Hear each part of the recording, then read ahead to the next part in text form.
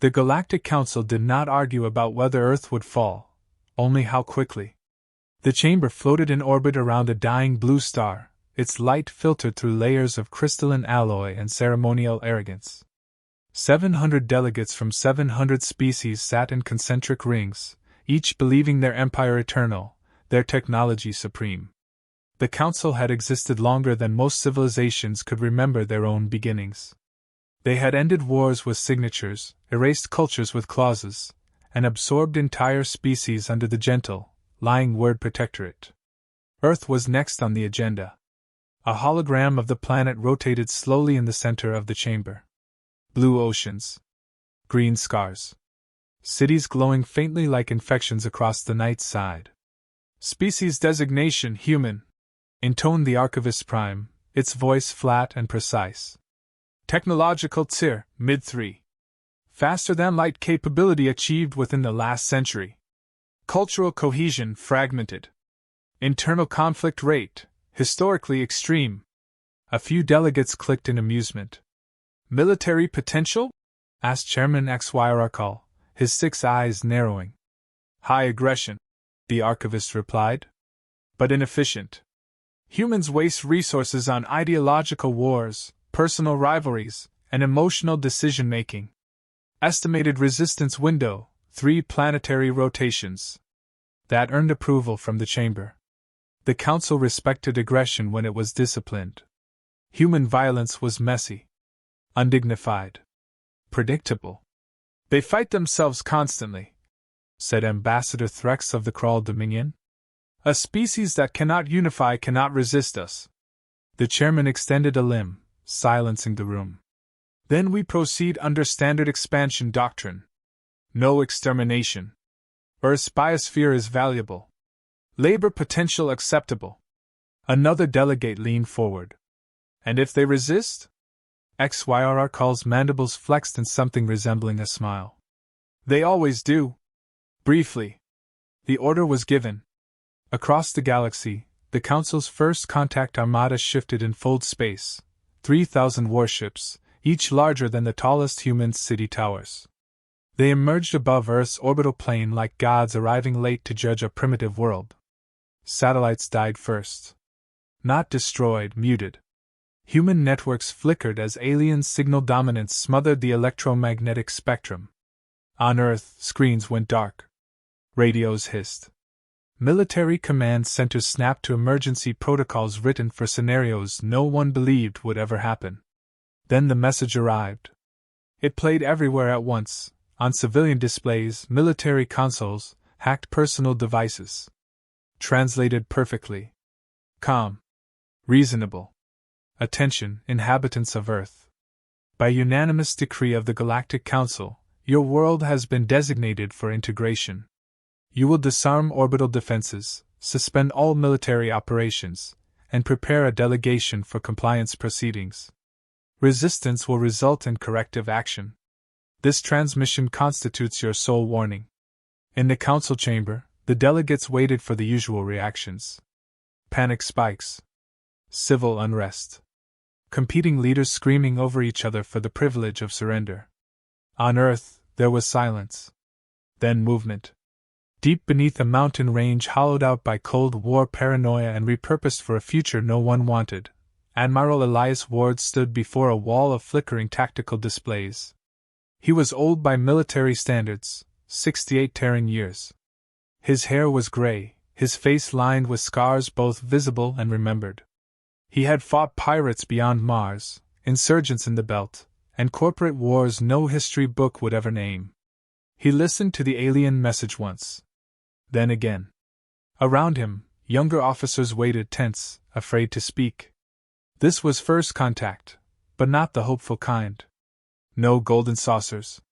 No wisdom from the stars. Just another empire with a contract and a gun. Ward exhaled slowly. So, he said, voice rough. They finally showed up.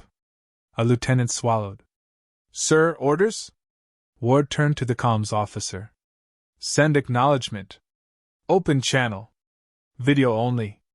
Sir, should we consult civilian leadership? Ward cut him off with a look that had ended arguments for decades. Son, this is civilian leadership now. The channel opened. Across the stars, in the heart of the Galactic Council chamber, the hologram shifted. The image of Earth vanished, replaced by a single human. No uniform regalia. No flags. Just a man in a worn naval jacket, standing upright, eyes steady. His face showed no fear, only something colder.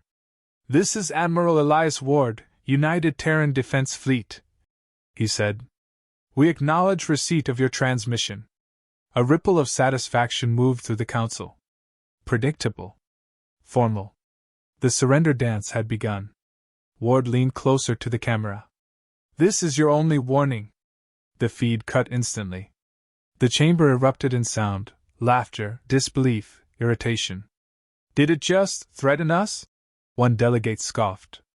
"A single primate issues warnings to the council?" Another mocked. "Charming!" Chairman HFY Rakal raised a limb. "Enough. Initiate Phase 1. Orbital demonstration. Minimal force. Let them see inevitability." Orders flowed.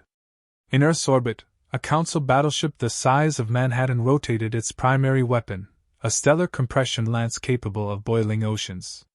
Human sensors screamed warnings.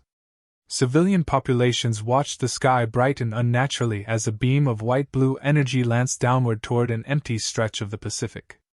A warning shot. A promise. The beam never hit the water. Space itself bent. The lance distorted, its energy folding inward, vanishing as if swallowed by an invisible maw. Council weapon readings spiked, then dropped to 0. "What?" a tactical officer shouted. Before anyone could answer, every Council ship's sensors lit up simultaneously. Contacts. Thousands of them. Not emerging from fold space. They were already there. Human constructs, cold, dark, silent, decloaked across the battle space. Old hulls reinforced with brutal practicality. Weapon ports glowing red as ancient rail systems spun up. Missiles armed with physics the Council had abandoned as inelegant. In the Council chamber, panic rippled for the first time in 1,000 years. A human voice cut through every channel, raw and unfiltered. "Phase 1 acknowledged," Admiral Ward said calmly. "Phase 2 initiated." And as the stars around the Council fleet began to go out, one by one, the galaxy learned its first true lesson about humanity. They didn't seek the stars for peace. They went there because eventually, something would come looking for a fight. Darkness rolled across the battle space like a living thing. Council ships had fought in voids before, had ruled them, but this was different. This darkness was deliberate, engineered, hostile. Starlight vanished as if swallowed by an unseen hand. Navigation constellations winked out. Long-range sensors returned nothing but static and screaming error glyphs. "Report!" Chairman HFY Rakal demanded as the chamber's calm fractured. A senior tactician's frills fluttered in panic. "We are losing spatial reference. Local space is distorted. Artificial gravity wells. Electromagnetic suppression fields layered with something unknown." "Unknown?" another delegate snapped. "Nothing should be unknown to us." Yet it was. In orbit over Earth, the Terran Defense Fleet came fully alive. They did not maneuver like Council vessels. No elegant arcs, no ceremonial spacing. Human ships moved like predators in close quarters, dirty bursts of acceleration, sudden stops that crushed inertial dampeners, attack vectors that ignored doctrine and common sense. "Contacts are closing at suboptimal angles," a Council commander reported.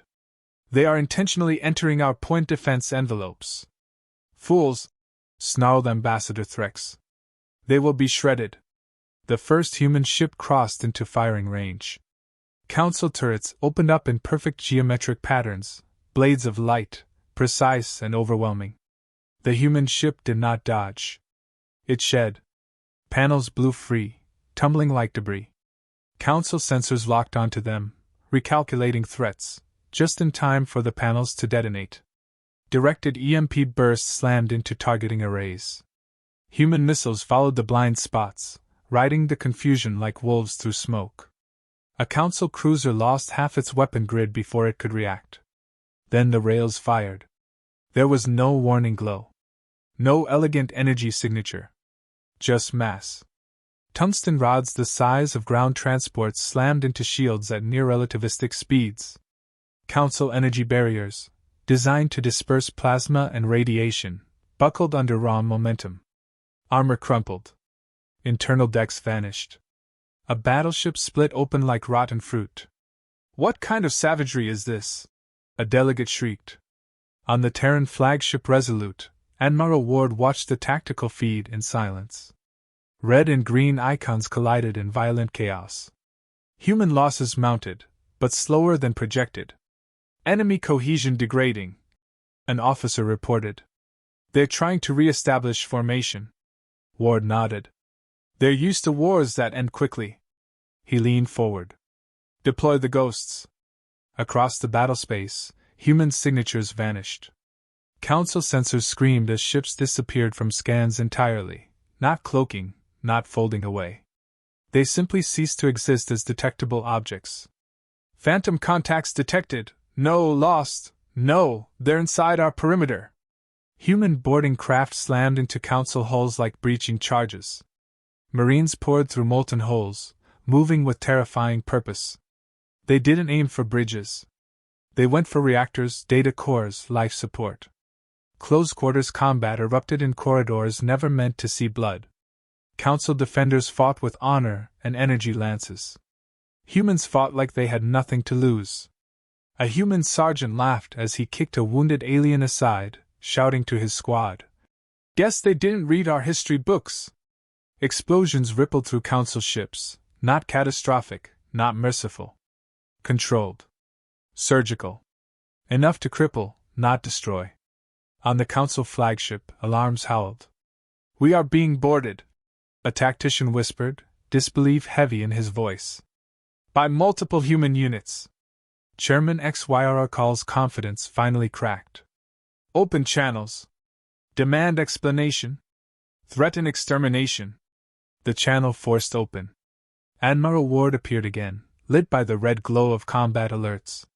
He looked almost bored. "You misunderstand us," Ward said calmly. "This isn't extermination." He gestured, and the feed briefly cut to a Council ship drifting, powerless, venting atmosphere, crew alive, screaming for rescue. "This is education." A junior Council delegate shrieked. "You dare assault the Council? You doom yourselves! We will glass your world." Ward's expression hardened. "You tried," he replied. "We caught the beam." Silence fell. Ward continued, voice low, dangerous. "We studied you for decades. Your fleets. Your politics. Your assumption that fear wins wars." He leaned closer. "Fear works on people who still have something to lose." Behind him, a human officer called out, "Sir, enemy attempting emergency fold jump." Ward didn't even look away from the camera. "Let them try." Across the battlefield, Council ships fired fold drives. Space twisted. Then snapped. Human interdiction nets, gravitational traps built from stolen alien math and human paranoia, collapsed around the fleet. Fold drives tore themselves apart, shredding ships from the inside. Screams flooded the Council channels. XYRCall reeled back, mandibles trembling. "What do you want?" Ward stared at him for a long moment. "To be left alone," he said. "And to make sure you never forget why." As another Council warship went dark, the delegates began to understand the truth too late. Humans were not winning because they were stronger. They were winning because they had planned for this war long before anyone in the galaxy knew Earth existed. And Phase 2 was only the beginning. The Galactic Council had never experienced a battlefield that argued back. As Phase 2 ground on, the void around Earth became a maze of collapsing vectors and broken assumptions. Council fleets were built to dominate, overwhelm, intimidate, and move on. They were not built to fight an enemy that treated loss as an acceptable currency. Human ships kept coming. Not in waves. In stubbornness. A Terran cruiser limped forward with half its engines gone, hull glowing white-hot. Council tacticians marked it as neutralized, until it fired its remaining rail cannon at point-blank range, punching through a command frigate and detonating inside its reactor chamber. The cruiser followed it in, ramming what remained of its mass into the expanding explosion. On the Terran command net, the cruiser's captain signed off with a laugh. "Worth it." Council morale fractured. "They are intentionally self-terminating," one delegate shrieked. "This is madness." "No," said an elder strategist, voice hollow. "This is doctrine. They expect to survive after losing ships." That realization hit like a kinetic strike. Human war doctrine wasn't built around victory without cost. It was built around victory despite cost. Every ship, every soldier, every plan assumed losses from the beginning. There was no shock when it happened, only grim confirmation. Then the humans changed the rules again. "Admiral," a Terran intelligence officer said, eyes wide. "We've completed partial decryption of a captured Council archive." Ward turned. "Summary." The officer hesitated. "It's not military. It's economic. Population handling." Ward's jaw tightened. "Show me." The hologram shifted. Council classifications scrolled past. Planetary asset assessment. Biosphere extraction timelines. Species displacement protocols. The final line burned itself into the room. Human population, relocate viable specimens. Remainder non-essential. Silence fell across the bridge. A younger officer whispered, "They were going to sell us." Ward closed his eyes.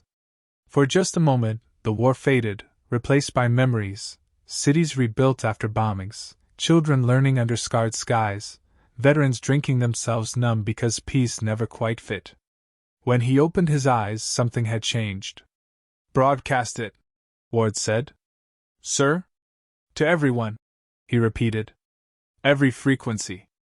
Every Council world. No edits." The transmission tore across the galaxy like a confession screamed in a crowded room. On compliant Council worlds, citizens watched in horror as their rulers' lies unraveled. Protectorates learned what integration meant. Enslaved species saw their own future written in human blood. Protests erupted. Sabotage followed. Entire Council supply depots went dark as local populations revolted. Back on the battlefield, Council commanders began receiving desperate messages from home. "Civil unrest on Crawl Prime. Food convoys intercepted. Communications lost with 3 member systems." The Empire was burning from the inside. Chairman HFY staggered as reports flooded in. "Shut it down! Shut down all external channels!" Too late. Ward opened a direct line to the Council chamber. His voice was steady, but the weight behind it was crushing. "You wanted a quiet conquest," he said. "Paperwork and signatures. We gave you sunlight." HFY hissed, desperation cracking through his pride. "You will doom the galaxy to chaos." Ward nodded. "Maybe. But it won't be your chaos anymore." The Council's last coordinated counterattack launched moments later, not a strategy, but a reflex. Every remaining ship fired at once, a storm of energy meant to wipe the Terran fleet from existence. Human ships scattered. Some were vaporized instantly. Others limped away trailing fire. But enough survived. And then Earth spoke again. From hidden platforms buried in the asteroid belt and massed within planetary rings, weapons the Council had never detected powered up. Not cannons. Signals. Every Council ship suddenly found itself broadcasting on open channels, crew voices, panic, orders, fear, unfiltered and uncontrollable. The galaxy listened as an empire died screaming. Ward watched the feeds with grim resolve. "Remember this," he murmured. "Not for revenge." He looked at the burning stars. "For history." As the Council fleet collapsed under its own unraveling authority, one truth became unavoidable. Humanity had not just fought an invasion. They had started a reckoning. The war ended not with a treaty, but with silence. Council ships that survived were retreating, dragging the carcass of their authority behind them like a wounded predator. Entire sectors were in revolt. Trade routes collapsed. Formerly loyal systems were declaring independence in waves, often before the Terran fleet even arrived to confirm. The galaxy remembered, now, the simple lesson Earth had delivered: never underestimate the humans. On Earth, the victory felt hollow. Cities lit with celebrations and funerals in the same breath. Survivors counted bodies, repaired machines, and rebuilt homes while the stars above were still scorched with alien fire. Admiral Ward stood alone on the balcony of the Terran Command Center, overlooking the Pacific Ocean, a world both familiar and irrevocably changed. A comms officer approached, hesitant. "Sir, we're receiving a transmission from a former Council world. They've broken free. They want to thank us. Ask what humanity desires in return." Ward's eyes, pale and steady, scanned the horizon. He could hear the faint echo of warships being repaired, soldiers walking the corridors, engineers muttering about impossible repairs. Humanity had survived because they had endured, adapted, and struck back with a kind of cold genius only desperation could forge. "Tell them," Ward said quietly, "nothing you can give freely. Just remember what happens when someone tries to take us." The officer nodded, puzzled but obedient. The message was sent, and like the first ripple of a falling stone, it spread. Across the stars, whispers began. Avoid Earth. Not because humans were the strongest. Not because their weapons alone could annihilate fleets. Because they remembered everything. Because they never forgot a threat. And in the decades that followed, the phrase became legend. Traders, mercenaries, diplomats, even species that had never set foot near human space, anyone who had the misfortune of crossing Terran intelligence channels, repeated it as law, warning, and superstition all at once. The Galactic Council, rebuilt in quiet, never again spoke of humanity in terms of conquest. Plans to dominate Earth were abandoned as if the planet itself had become cursed. Strategic maps were redrawn, interstellar doctrines rewritten. The galaxy had learned the hard way that humans were not to be measured by their fleets, their numbers, or even their technology.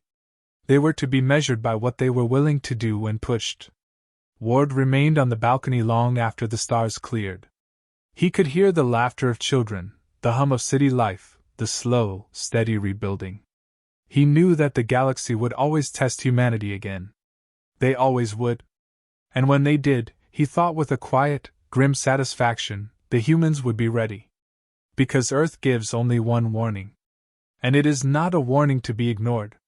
The galaxy would remember the day humans fought not just for survival, but for vengeance, for pride, and for the simple, terrifying truth that one species, underestimated for millennia, could change the course of countless worlds with nothing more than grit, cunning, and a refusal to kneel. The stars had learned to fear humanity. And humanity, at last, knew exactly how to make that fear last forever.